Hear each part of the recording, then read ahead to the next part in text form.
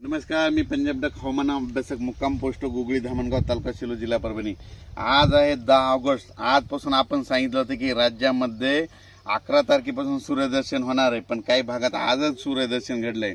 तर हे पाहत आहेत लाईव्ह सूर्यदर्शन। राज्यातील आजपासून परत शेतकऱ्याला खास करून अंदाज, कालच एक अंदाज दिला होता, पण परत एक अंदाज खास करून कशामुळे द्यायचा की राज्यामध्ये आता शेतकऱ्याच्या मूग काढणीस आलेलं आहे। तर मूग ज्यांचा काढणीस आलेला आहे त्या शेतकऱ्यासाठी खास करून आनंदाची बातमी।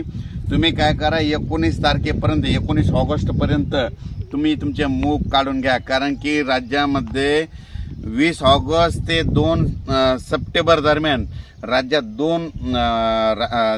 बंगालच्या खाडीमध्ये 2 लो प्रेशर तयार होणार आहेत आणि त्याचा पाऊस मात्र महाराष्ट्र आणि कर्नाटकमध्ये पडणार आहे। म्हणून हा अंदाज लक्षात घ्यायचा। म्हणून सर्व शेतकऱ्याला सांगू इच्छितो की राज्यामध्ये आजपासूनच काही भागात सूर्यदर्शन होणार आहे, पण 12 पासून मात्र राज्यात सर्वत्र सगळे एकदम कडक सूर्यदर्शन होणार आहे। म्हणून ही खास करून शेतकऱ्यासाठी आनंदाची बातमी। राज्यातील सर्व शेतकऱ्याला सांगू इच्छितो की राज्यामध्ये आज 10 आणि 11 आणखीन 2 दिवस थोडा भाग बदलत थोडे सरी येणार आहेत, म्हणून हा अंदाज लक्षात घ्यायचा। पण राज्यात मात्र 12 तारखेपासून मराठवाडा, पश्चिम महाराष्ट्र या भागामध्ये चांगलं सूर्यदर्शन घडणार आहे, म्हणून हा अंदाज लक्षात घ्यायचा। आता नेमकं 12 तारखेपासून सूर्यदर्शन कोणत्या कोणत्या जिल्ह्यात जास्त होणार आहे हे तुम्हाला सांगतो की सांगायचं झालं तर चंद्रपूर, यवतमाळ, नांदेड, हिंगोली, वाशिम, परभणी, त्याच्यानंतर लातूर, बीड, जालना, सोलापूर, उस्मानाबाद, सातारा, सांगली, तसेच पश्चिम महाराष्ट्र, त्याच्यानंतर नगर जिल्हा, त्याच्यानंतर नाशिककडे देखील होणार आहे, त्याच्यानंतर परत इकडं संभाजीनगर होणार आहे, जळगावकडे होणार आहे, बुलढाण्याकडे होणार आहे, पण ह्या जिल्ह्यामध्ये चांगलं सूर्यदर्शन घडणार आहे, म्हणून हा अंदाज लक्षात द्यायचा। बरेच डाळिंब शेतकऱ्याचे फोन आले होते की त्यांना म्हणजे उन्हाची गरज आहे, म्हणजे त्याच्यामुळे त्यांच्यासाठी खास करून डाळिंब शेतकऱ्यासाठी ही खास करून आनंदाची बातमी। त्याच्यानंतर ज्यांचा मूग काढणीस आलेला आहे त्या शेतकऱ्यांचं, कारण की राज्यामधली परिस्थिती बघितल्याच्या नंतर फेरफटका मारल्याच्या नंतर बऱ्याच शेतकऱ्याचा मूग काढणीस आलेला आहे। तर ह्या म्हणजे आता 10 दिवस सूर्यदर्शन भेटणार आहे आणि त्या शेतकऱ्याचे मूग सुखरूप घरी येणार आहेत, म्हणून खास करून त्यांच्यासाठी देखील आनंदाची बातमी।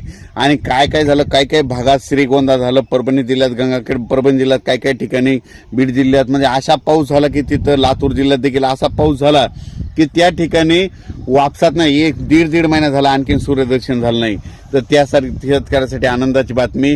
तुमच्या देखील तिकडं मध्ये 11 तारखेपासून तुमच्या देखील कडक ऊन पडणार आहे। 10 दिवस चांगलं सूर्यदर्शन करणार आहे। तुम्ही शेतीचे कामे करून घ्या, फवारण्या करून घ्या।